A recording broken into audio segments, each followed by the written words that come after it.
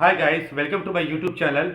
और क्रिकेट का बड़ा ऑप्शन, वो इम्तिहान जो हर क्रिकेटर सोचता है उस बारे में, और पूरा साल उसके लिए तैयारी करता है, और पूरा साल अपना प्लान करता है कि जो है वो मैं ऑक्शन में जाऊंगा और मुझे कोई टीम परचेज करेगी। यस, मैं आईपीएल की बात कर रहा हूँ। आईपीएल का ऑक्शन जो है वो कंप्लीट हो गया प्रोसेस, और हर टीम ने, हर फ्रेंचाइज ने अपना स्क्वाड बना लिया।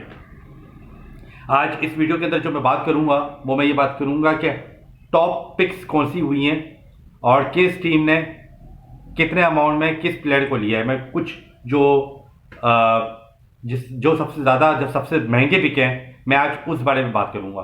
फिर मैं अगली वीडियो में ये बात करूंगा कि कौन से वो प्लेयर्स हैं जो अनसोल्ड रह गए हैं, जिनको सोल्ड हो जाना चाहिए था, बट वो किसी वजह से, परफॉर्मेंस की वजह से या कोई और रीजन की वजह से वो सोल्ड नहीं हो सके। लेकिन आज की जो वीडियो में वो पॉजिटिव बात करेंगे, अच्छी बात करेंगे, और इस बारे में बात करेंगे कि कौन सी हाईएस्ट पिक्स थी आईपीएल 2025 के लिए। तो सबसे जो बड़ी पिक है, जो कि मैं ये समझता हूं कि मतलब उसके लिए वर्ड्स नहीं है, जिस तरीके से उसने कमबैक किया है, जिस तरीके से उसने क्रिकेट खेली है और अब वो क्रिकेट खेल रहा है, ऋषभ पंत। जबरदस्त, मतलब जिस तरीके से उसका एक्सीडेंट हुआ लास्ट ईयर, और किसी को लग ही नहीं रहा था कि वापस वो क्रिकेट पे कमबैक करेगा। बड़े डाउट्स थे कि वो क्रिकेट वापस आएगा नहीं आएगा, किस तरीके से आएगा, कितना टाइम लगेगा, रिहैब वगैरह का प्रोसेस। लेकिन उस बंदे ने जो कमबैक किया है, और कमबैक के बाद जो ऋषभ पंत दिखा है, वो टोटली अलग दिखा है। जो एक्सीडेंट के जो इंसिडेंट था उससे पहले और अब वाले में बहुत फर्क है, और वो फर्क बिल्कुल दिख गया आईपीएल के अंदर जब ऑक्शनिंग हुई। 27 करोड़ में ऋषभ पंत को लिया है लखनऊ ने। 27 करोड़ में, मतलब हाईएस्ट पिक है 2025 की। अगर हम लास्ट ईयर बात करते हैं तो मिचेल स्टार्क बिके थे 26 करोड़ में। इस उसका भी रिकॉर्ड ब्रेक हो गया है। और अब जो है वो ऋषभ पंत, जो कि लोकल प्लेयर है इंडिया का, वो 27 करोड़ में बिका है, लखनऊ ने लिया। और मोस्ट प्रोबेबली वो लखनऊ का कैप्टन भी होगा, बिकॉज केएल राहुल वहां से हट गए, तो अब लखनऊ का वो कैप्टन होगा। जो दूसरी पिक है, जो बड़ी पिक है, वो है श्रेयस अय्यर की। श्रेयस अय्यर 26 करोड़ 75 लाख रुपए में बिका है। उसको जो है वो 26 करोड़ 75 लाख रुपए में बिका है।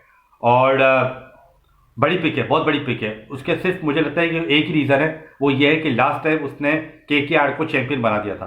तो मुझे लगता है कि वो जो चैंपियन माइंडसेट है, हालांकि परफॉर्मेंस कोई बहुत ज़्यादा एक्स्ट्राऑर्डिनरी नहीं थी उसकी लास्ट ईयर, लेकिन जिस तरीके से उसने लीड की थी टीम को, मुझे ऐसा लगता है कि शायद वो जो चैंपियनशिप वाला माइंडसेट है, वही मुझे लगता है कि शायद उसको इनकेश कराना चाह रही है फ्रेंचाइज, और इसीलिए 26 करोड़ 75 लाख रुपए में जो है इसको परचेज किया। हालांकि वो नेशनल साइड पर भी आजकल दिखते नहीं है, तो इसका मतलब ये कि वो थोड़ा सा बैक चले गए। लेकिन क्योंकि परफॉर्मेंस लास्ट ईयर की बड़ी सॉलिड थी, टीम की परफॉर्मेंस बड़ी अच्छी थी, टीम चैंपियन बनी थी केकेआर, जिसकी वजह से शायद जो है वो बड़े बोली पे उसको लिया है। जो थर्ड है वो वेंकटेश अय्यर को लिया है 23 करोड़ 75 लाख। अब मुझे ये समझ में नहीं आया कि 23 करोड़ 75 लाख रुपए वेंकटेश अय्यर को क्यों दिए जा रहे हैं, ये मुझे समझ में नहीं आया, ये मुझे डाउटफुल लगी है। हो सकता है प्रीवियस आईपीएल की परफॉर्मेंसेस पे दिया है, क्या रीजन है आई डोंट नो, लेकिन 23 करोड़ 75 लाख बहुत बड़ा अमाउंट होता है। तो या समझ में नहीं आई, ये वाली पिक मुझे थोड़ी सी समझ में नहीं आई। इसके बाद जो है वो है युजवेंद्र चहल की 18 करोड़।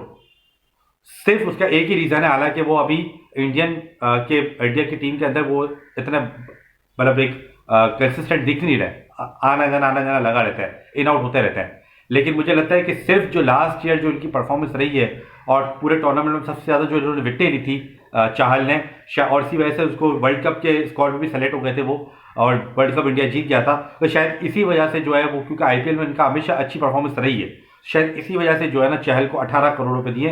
हालांकि उनका इंटरव्यू में आया था, उन्होंने बोला कि मैं तो 12-13 करोड़ सोच रहा था, लेकिन 18 करोड़ रुपए मुझे बहुत ज्यादा मिल गया। अच्छा, इसके बाद एक और जो बड़ी पिक है वो है अर्शदीप सिंह की। अब अर्शदीप सिंह का मुझे ऐसा लगता है कि उनका बनते हैं 18 करोड़, क्योंकि वो जिस तरीके से उन्होंने T20 वर्ल्ड कप में जो खेला है, वो दिखता है कि भाई जो है वो वाकई अर्शदीप सिंह को 18 करोड़ में बनते हैं, बिकॉज राइजिंग स्टार है। और आप राइजिंग स्टार को जिस तरीके से प्रमोट करोगे, जितना प्रमोट करोगे इतना ही वो आगे बढ़ेगा। तो ये तो मुझे लगता है अच्छी है। इसके अलावा जो अगर मैं फॉरेन प्लेयर्स की बात करता हूँ, तो जॉस हेजलवुड को जो है तकरीबन 12 करोड़ 75 लाख रुपए में लिया है। अगेन अच्छी वो है, क्योंकि हेजलवुड अच्छा इंपैक्ट डालते हैं, लेकिन इंडिया की पिचेस पे किस तरीके से खेलते हैं वो पता नहीं है। इसके अलावा एक और जो पिक है वो है जॉस बटलर की। 15,75,00,000 रुपए। अच्छा, ये पिक भी बड़ी बड़ी है, ये बड़ी पिक है। और इस पिक का रीजन सिर्फ यही है कि आईपीएल में जॉस बटलर का जो स्कोर है वो हमेशा ऊपर रहा है, एवरेज बड़ा अच्छा रहा है और हर आईपीएल के एडिशन में परफॉर्म करते हैं। तो शायद इसी वजह से जो है ना वो जॉस बटलर को 15 करोड़ रुपए दिए हैं। इसके अलावा और भी पिक्स हैं छोटी छोटी। के राहुल 14 करोड़ रुपए में गए, 14 करोड़ रुपए में बनता था, उनको दिल्ली कैपिटल्स ने लिया है और शायद मोस्ट प्रोबेबली वो दिल्ली कैपिटल्स के कैप्टन भी होंगे, बिकॉज एक्चुअली स्वैपिंग हुई है। ऋषभ पंत लखनऊ चले गए हैं और जो है वो के राहुल दिल्ली में आ गए, तो अब शायद ये दोनों अपनी अपनी टीम के कैप्टन ही होंगे एक तरह से देखा जाए तो। जो पिक्स थी ये तकरीबन सारी ऐसी पिक थी जिसके बारे में बात करनी चाहिए और जिसके बारे में मैंने बात की है। अब मैं अगली वीडियो बनाऊंगा जिसके अंदर मैं अनसोल्ड प्लेयर्स की बात करूंगा कि वो बड़े नाम जो अनसोल्ड चले गए इस आईपीएल में और जिनको सोल्ड हो जाना चाहिए था बट आई डोंट नो क्यों अनसोल्ड रह गए, उसके बारे में बात करेंगे अगली वीडियो में। टिल नेक्स्ट टाइम, हाफिज़।